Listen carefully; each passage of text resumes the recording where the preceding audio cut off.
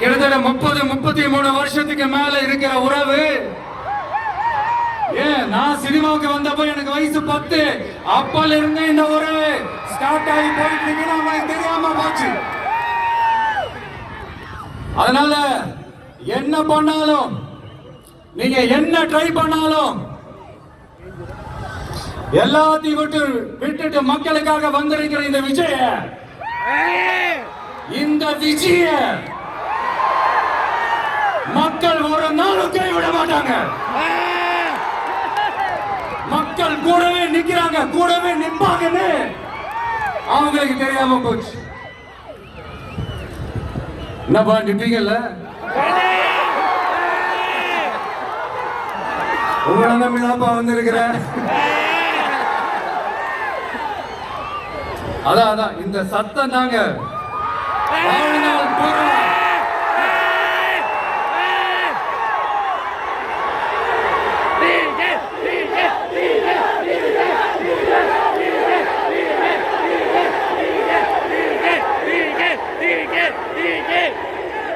வாழ்நாள் பூரா உங்களுக்கு நன்றியோடவே இருப்பேன். இப்போ நம்ம காளிங்கராயன் அவர்கள் அணையை கட்டுறதுக்காக பவானிக்கு போய் பார்க்கும்போது ஒரு இடத்துல ஒரு பாம்பு வந்து உட்கார்ந்துச்சான், படுத்துச்சான். அது படுத்த இடத்துலதான் அவர் அணையை கட்ட ஸ்டார்ட் பண்ணாராம். அப்புறம் அந்த பாம்பு வளைஞ்சி நெளிஞ்சி போற இடத்துல எல்லாம் கால்வாயை வெட்டினார்னு சொல்லி சில வாய்மொழி கதைகள்லாம் சொன்னாங்க. தண்ணியை சேமிச்சு வச்சு குடிக்கிறதுக்கும் விவசாயத்துக்கும். தம்பி கீழே இறங்கு, தம்பி கீழே இறங்குப்பா, ப்ளீஸ் கீழே இறங்குப்பா.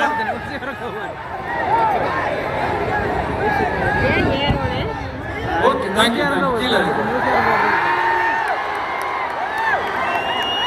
கீழே இறங்குப்பா. நீ இறங்கினாதான் முத்தம் கொடுப்பேன்.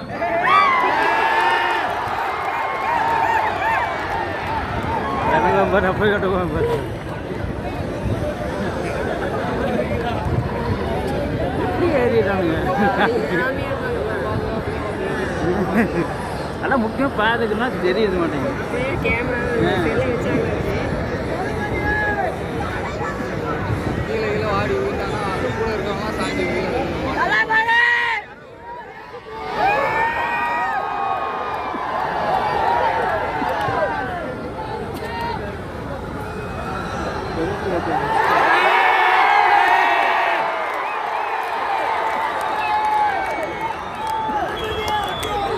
இப்படி தண்ணியை சேமிச்சு வச்சு குடிக்கிறதுக்கும் விவசாயத்துக்கும் வழி வகுக்கிறது எவ்வளவு பெரிய ஒரு நல்ல விஷயம். சோ இந்த மாதிரி நல்ல விஷயங்கள்லாம் செஞ்சிட்டு கதைகள் சொன்னா பரவாயில்ல, எதுவுமே செய்யாம கதைகளை மட்டும் அடிச்சு விடுறது எப்படி? அத்திக்கடவு அவிநாசி திட்டத்தை இன்னும் விரிவுபடுத்தினா அந்த 3 மாவட்டத்தில் இருக்கிற லட்சக்கணக்கான மக்களுக்கு எவ்வளவு பிரயோஜனமா இருக்கும். எத்தனையோ லட்சம் ஏக்கர் நிலங்கள்ல விவசாயம் நடத்தினா எவ்வளவு பிரயோஜனமா இருக்கும். ஏன் அதெல்லாம் பண்ண மாட்டேன்றீங்க? வள்ளுவர் கோட்டத்துக்கு காட்டுற அக்கறைய இங்க மக்கள் வாழ்வாதாரத்துல கொஞ்சம் காட்டலாம்ல, ஏன் காட்ட மாட்டேன்றீங்க? இங்க எல்லாம் கவர்மெண்ட் நடத்துறாங்களா இல்ல கண்காட்சி நடத்துறாங்களா? இந்த 21ஆம் நூற்றாண்டிலே மக்களை பத்தி எதுவுமே யோசிக்கிறது இல்ல. ஆனா அந்த காலத்திலேயே இது எல்லாத்தையும் பத்தி யோசிச்ச, மக்களை பத்தி, குடிக்கிற தண்ணியை பத்தி, விவசாயத்தை பத்தி, அணை கட்டுறதை பத்தி, கால்வாய் வெட்டுறதை பத்தி, இதெல்லாம் எங்க இருந்து? பவானியிலிருந்து நொய்யலாறு வரைக்கும் கால்வாய் வெட்டி இதெல்லாத்தையும் பத்தி யோசிச்ச காளிங்கராயன் அவர்களுக்கு கோடி கும்பிடு போட்டாலும் பார்த்தாதுங்க. இப்படி அந்த காலத்துல இருந்த ஒரு ஹீரோவை பத்தி பேசிட்டு இந்த காலத்துல, அதாவது 1920th செஞ்சுரியில இருந்த ஒரு ஹீரோவையும் பத்தி நம்ம பேசி ஆகணும்ல. ஒருத்தர் இலக்கிய மனம் கொண்ட ஹீரோனா இன்னொருத்தர் இரும்பு மாதிரி அயன்மேன் தான். எஸ், நம்ம ஈரோடு கடப்பாறை தான்.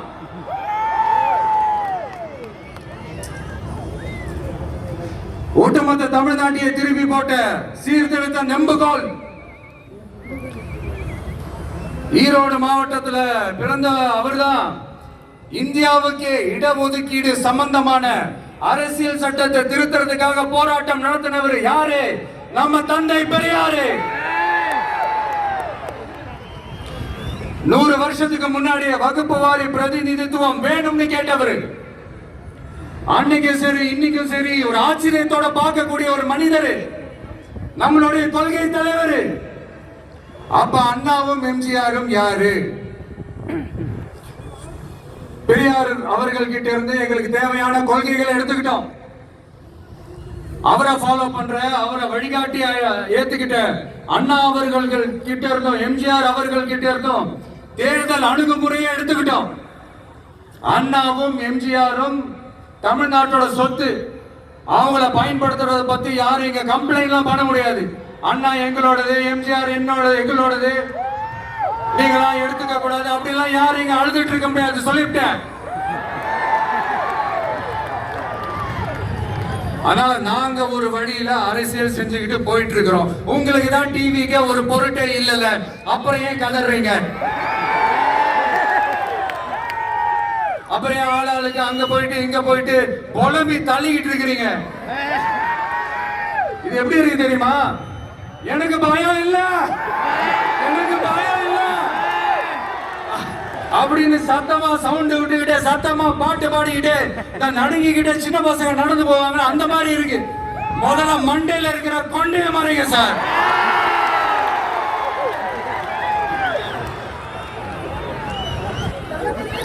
சும்மா மாறு வேஷத்துல மறு வச்சுக்கிட்டு மீடியா ஆளு, ரேடியோ ஆளுன்னு இவங்க ஆளுங்களை மாத்தி மாத்தி அனுப்பிக்கிட்டு இதெல்லாம் என்ன மக்களுக்கு தெரியாதுன்னு நினைச்சிட்டு இருக்கீங்களா? மக்கள் எல்லாத்தையும் உன்னிப்பா கவனிச்சிட்டு இருக்காங்க. அதனாலதான் சொல்றேன், உங்களுக்கு நீங்க கொள்ளை அடிச்சு வச்சிருக்கிற காசு தான் துணை. ஆனா எனக்கு என் மேல எல்லையில்லா பாசம் வச்சிருக்கிற இந்த மாசு தான் துணை.